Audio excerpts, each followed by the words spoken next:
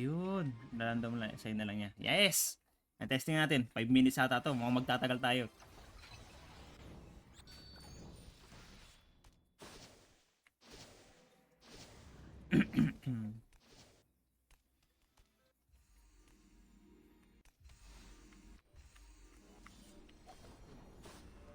Stun ako? Oh shit.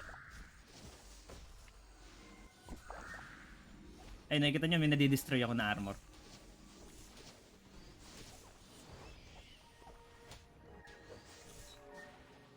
Ay, may nadi-destroy ulit ako na armor, diba?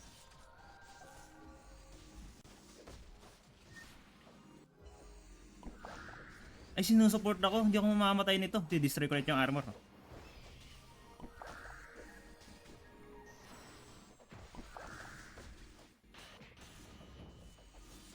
Ay, nakikita natin. Nadi-destroy ko ulit yung armor, diba? Nadi-destroy yung armor nila.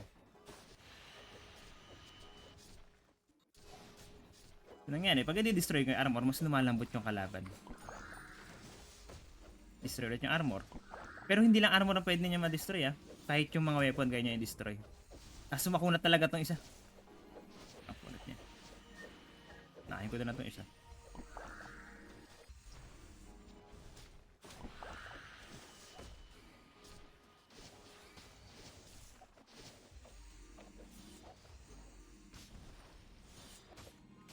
Eh, nabilis ka di-destroy yung armor, ah. So, solid siya.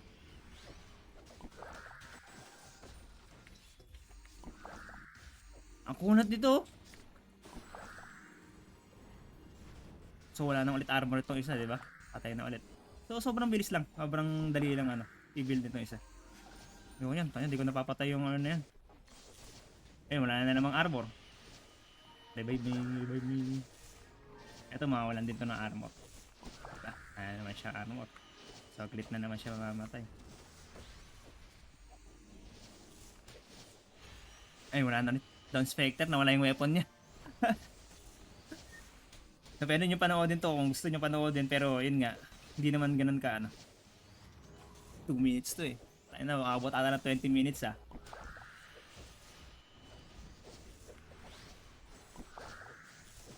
Pero yun, sabi sa inyo, hindi ko siya ganun kailangan ng, ano, ng beat talaga. Kasi nga, pag may full support ka, isa pa lang support ka, wala pa akong bard. Kung meron akong bard, hindi talaga ako mamamatay nito.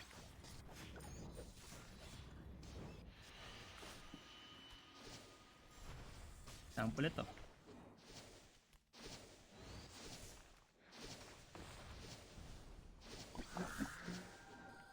sobrang site ng ano natin, gamit natin ngayon.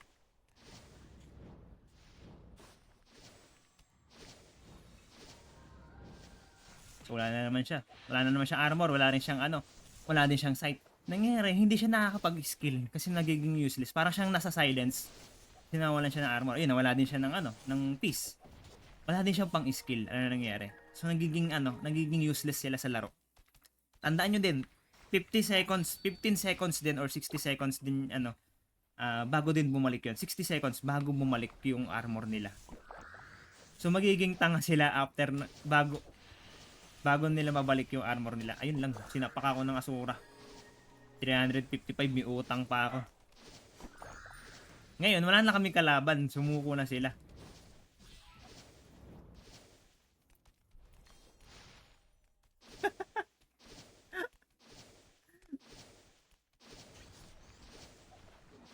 Pero yan, sana na-enjoy nyo yung ano, na-enjoy nyo ano ito? Yung guide ko, kahit raw video lang siya, wala siyang masyadong ano, wala masyadong edit, hindi ka talaga ako marunong mag-edit, pero pag-aaralan ko in the next run. Yan, sobrang dali lang, di ba? So, ano, basta sa akin, kahit 10% ng yung makuha nyo sa meltdown, hindi nyo kailangan i-max to ng 30%. Kasi kung mabilis kayo tumika, yung 25% na yan, malaking bagay na yan. Yung 15% plus 20, 15% plus 10%, 25%, malaking bagay na yun. Sobrang laking bagay na nun. Hindi yung kaya i-provide ng biochem or anything else na nagbabasag. Siya lang talaga. So hindi nyo kailangan i-push yung stats nyo ng 300 or 200. 100 lang, 150, okay na yan. Sobrang laking bagay niya na yan. Possible nga umaabot ako ng 30% eh. Parang 15% na kukuha ko kasi meron akong 150. Ayun, yun lang naman. Yun. Sige natin. Sige natin yung skill natin. Meron tayong kill sa 20, 24 assists. Yan. Yan. Sige, yun lang naman. GG's everyone. Good luck sa grade nyo sa sa Master Smith.